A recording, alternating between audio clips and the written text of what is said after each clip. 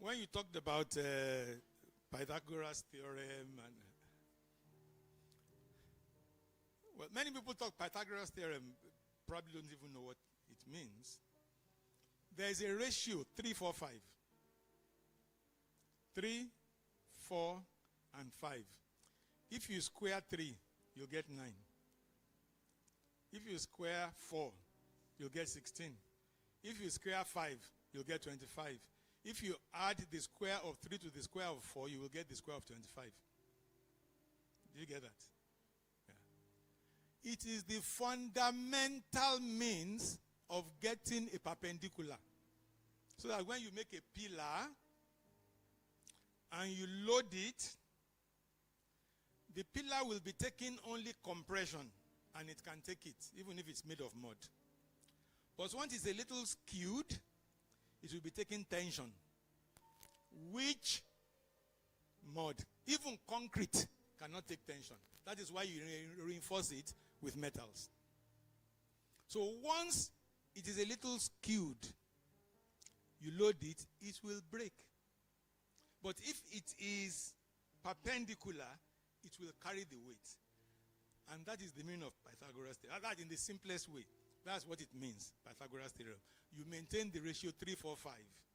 There are many other ratios that do the thing. I mean, even non-integers.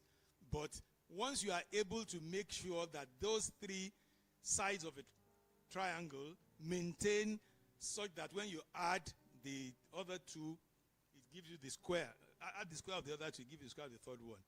You are assured that the thing is perpendicular. A young boy goes to school in Nigeria.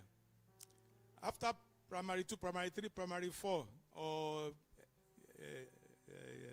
JS 2, they say, he doesn't understand geometry. Kolokoshe.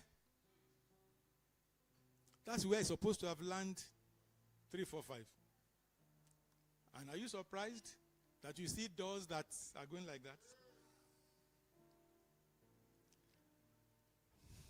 So,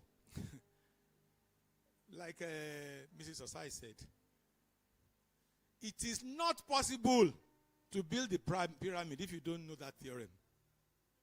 And it was built long, long, long before Pythagoras was born. So you have Pythagoras theorem, Boyle's law, Charles' law, and on and on and on. If you hear cosine rule, it's because it's not an European that put it forward. Cosine rule was put forward by some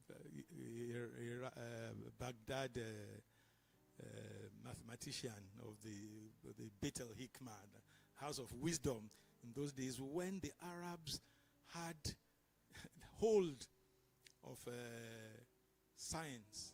You talk of algebra. Algebra is an Arabic statement, al-jaba wa makabala. So when you say salam alaikum, they say wa alaikum. Wa means and. Salam alaikum means peace be unto you, and say and to you too, peace. That's meaning of salam alaikum wa alaikum. So when you talk of aljabar wa makabala, it means squaring and separating.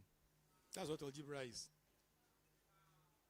So it's aljabar, but European mispronunciation turned it into algebra. Algorithm is the European mispronunciation of the name of the mathematician Abdullah ibn al-Khwarizmi.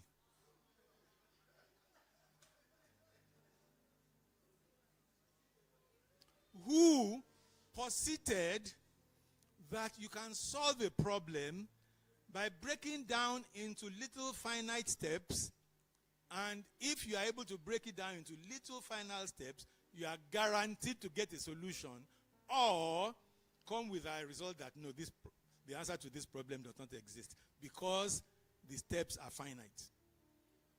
If the steps are not finite, it is not an algorithm. Abdullah ibn al-Khwarizmi does not approve of it. It's a procedure. And you can do it forever till Jesus comes. You won't get an answer.